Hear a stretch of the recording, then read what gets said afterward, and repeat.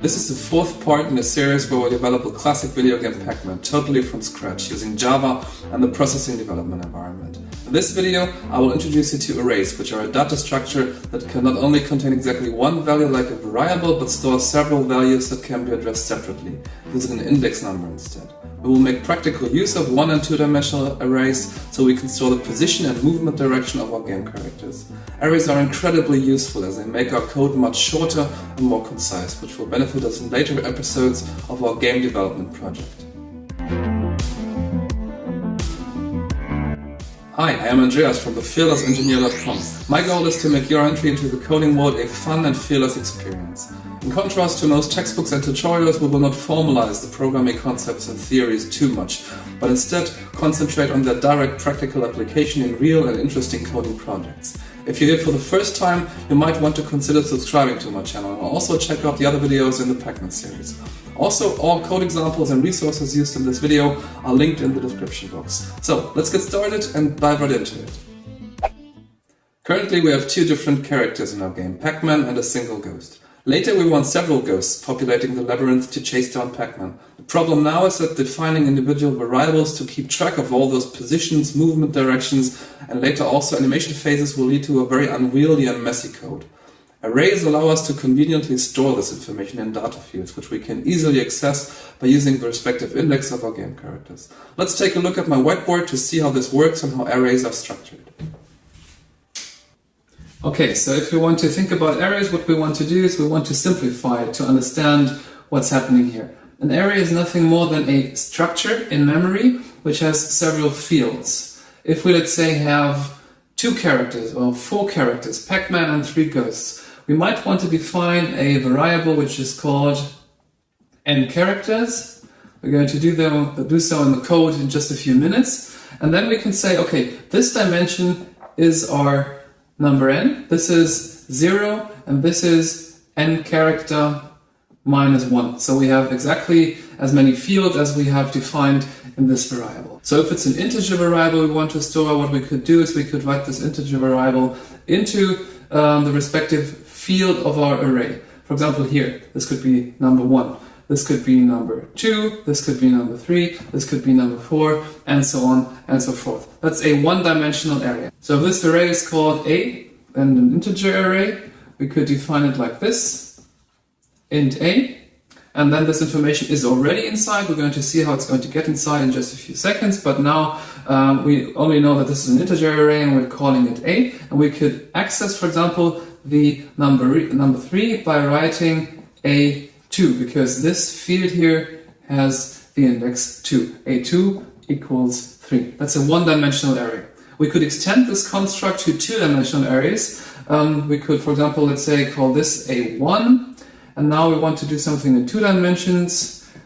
We need 2 brackets for this, and we're going to call it A2. And A2 is nothing more than A1 with the second column here. So this is the second dimension, this is the first dimension. Let's go back to the code to see how this works. Okay, back in the code, what we want to do is we want to define those variables up top as global variables. The first thing we do is we define the number of characters we have, because this makes it much easier to define the size of the arrays later on, because we're going to define 3 arrays in total, which then control our game characters. And for now, we only have 2 characters, 1 ghost and 1 Pac-Man.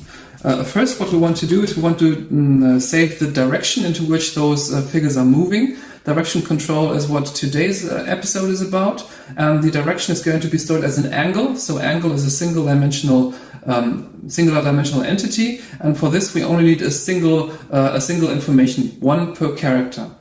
So this is why we're going to define it as a float. And in Java, you define an array by using those brackets here, followed by the variable name, which in this case is character dir. And now we use the new command in combination with the variable type. And here we put the number of characters we want this array in terms of dimensionality it needs. So it's a one-dimensional array for now with 2 fields.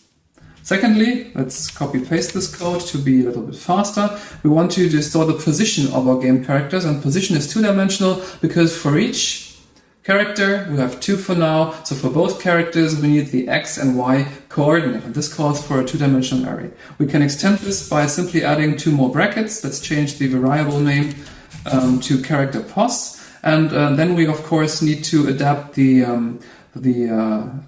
new command as well. Let's add the second dimension here and put in a 2. Now we have a two-dimensional array of size 2 by 2. And if we add, let's say, 3 characters more, we have a dimensionality of 5 by 2.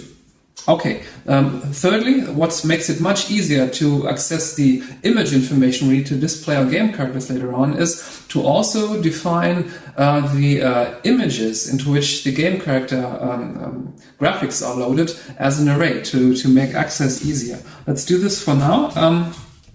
It's of type pimage, and we can also define pimage as an array, as you see here. Previously we have used it as a single variable, now we are extending it into an array variable. It's also going to be called similar character img, and we also use the new command pimage, and each character should get his own image, so it's also going to be n characters. Okay, great. The space image is going to stay the same. So the space image, which we still have, is not going to be stored into an array because it's not a game character.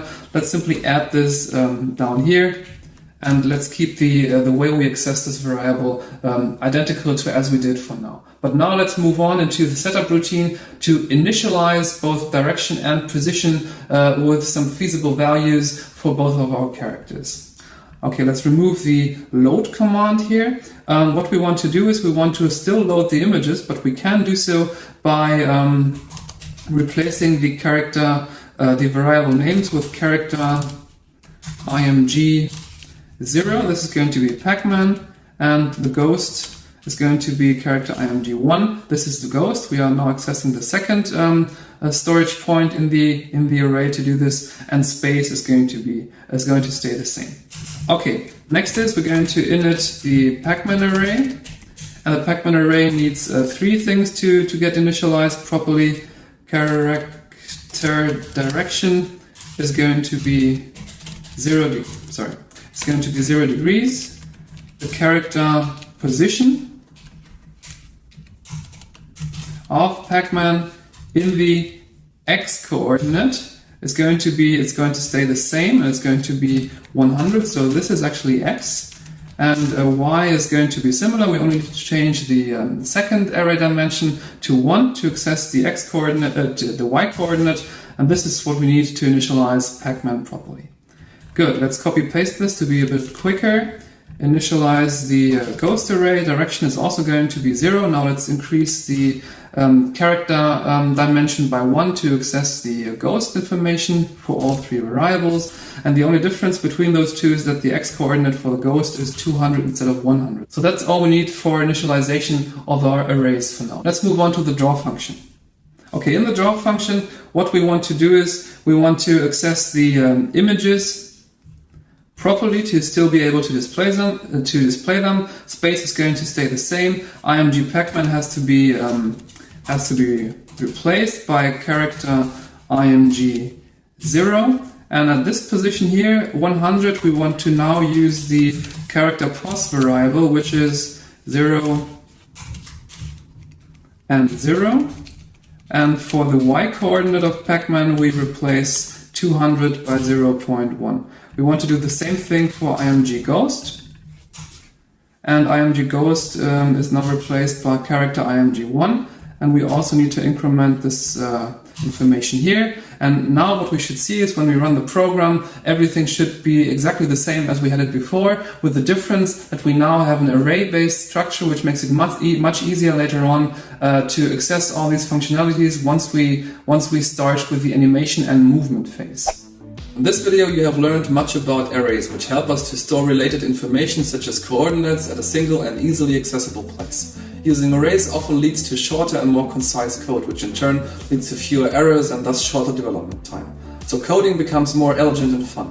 In the next video you will learn about the if-else structure, which we will use to react to keyboard events to control the movement direction of Pacman. So So thanks for watching, and make sure to download all the code samples and resources you've seen in this video from my website at thefearlessengineer.com. Happy coding, hope to see you soon.